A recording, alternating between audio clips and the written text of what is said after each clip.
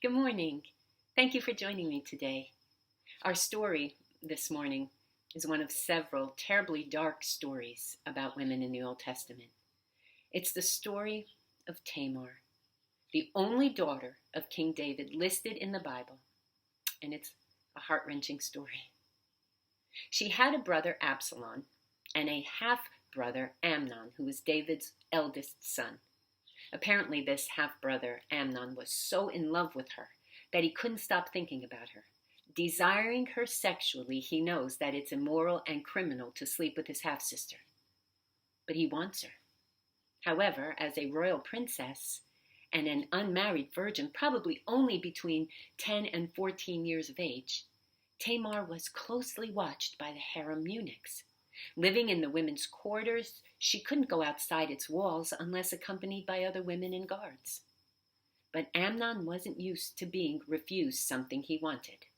He must have discussed his obsession with a clever cousin called Jonadab, because this young man came up with a plan. He would pretend to be sick. He would ask his father David to send Tamar in to care for him, and once they were alone, Amnon could have what he wanted. Alone and unguarded, she had no chance of fending him off. As a young woman who knows that virginity is both prized and expected of her, she resisted him as best she could. But remember, she's a young girl, a tiny girl. She argued and pleaded, pointed out that what he was doing was wrong. She adamantly refused, even telling Amnon that they could marry if he wished. Tamar was struggling for her life, not just her virginity.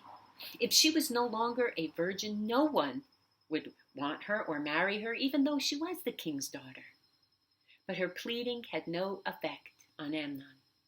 He was too strong for her, and he raped her.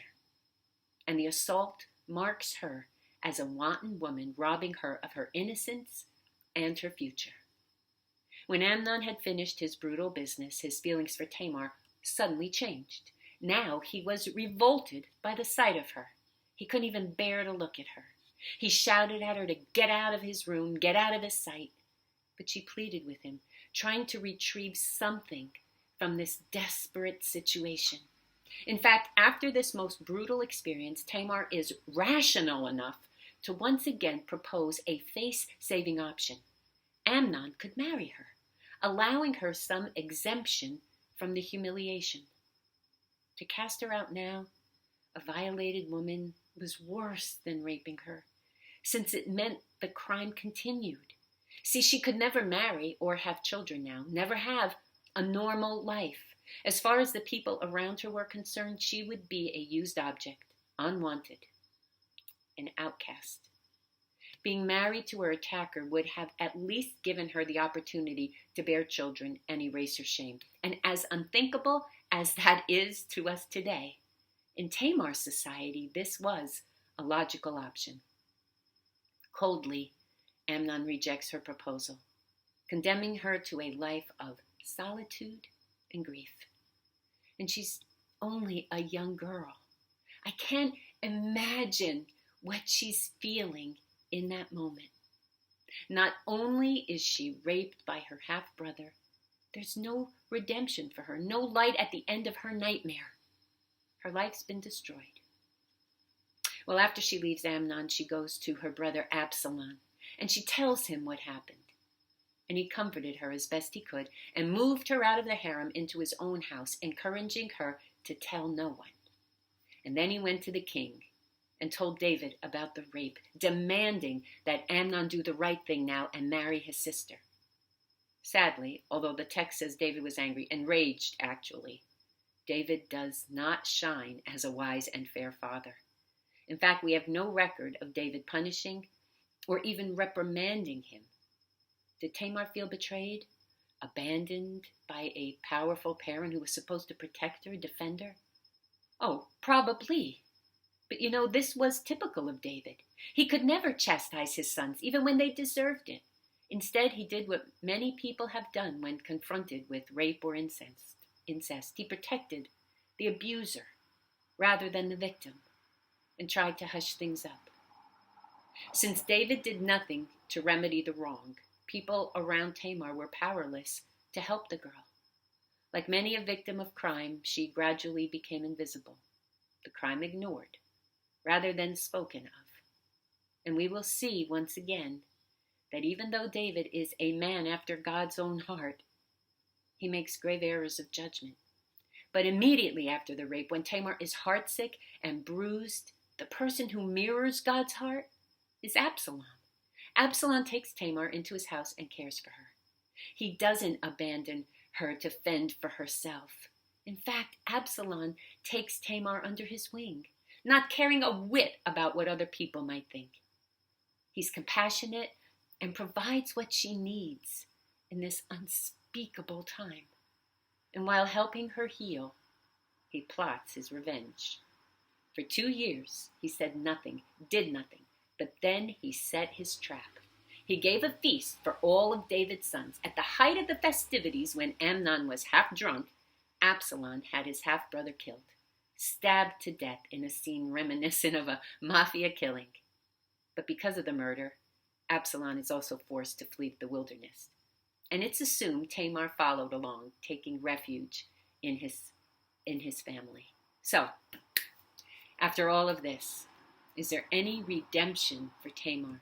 Is there some goodness left in life for her? Well, although she wouldn't be able to marry and have children, she was affirmed, loved, and honored in her brother's house, where she could live without feeling that she was a social outcast. This person, the odd one out at family gatherings, the object of pity and curiosity, is shown in a real and tangible way that she is still important and of value. In fact, she is regarded so highly that out of all possible names that Absalom could have chosen for his daughter, he named her after his sister. And little Tamar, according to the record, grew up to be a beautiful young woman too. Actually, Absalom's naming gesture was quite astonishing at the time. Envision the folks at little Tamar's name-giving ceremony being scandalized that she is to be called Tamar too. Can you imagine the gossiping going on? Isn't that the name of his sister? You know, the one that was raped? So, why is naming the child after Tamar a big deal? Well, primarily, it's an affirmation of Tamar as a treasured sister, permanently linking her with his daughter. It gives some dignity back to her.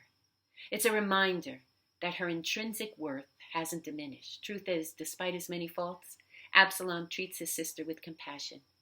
And it signals to everyone else that although her life has been irrevocably changed, Tamar is still esteemed by her closest relative, someone who has chosen to have her in the heart of his family. And little Tamar probably gave much needed joy to Tamar. Her aunt likely helped her care for her and enjoyed playing with her. Perhaps the niece grew up to have a close relationship with her aunt. Maybe Tamar even found a measure of surrogate motherhood because of little Tamar. I hope so. I hope so. In the end, though she remains muted and desolate in her brother's household for the rest of her life, never to marry or bear children, Tamar is the only woman whose voice is heard aloud in protest to rape in the Hebrew Bible. That says something. And she continues to present a powerful example of protest for women today. In the end, despite everything, Tamar gives me hope that even today, where rape is still happening to women, they too can be brave enough to have a voice and find redemption. Now, please stay safe. Keep wearing your masks, and if you're not already, please get vaccinated. Know I keep you all in my prayers, and never lose hope.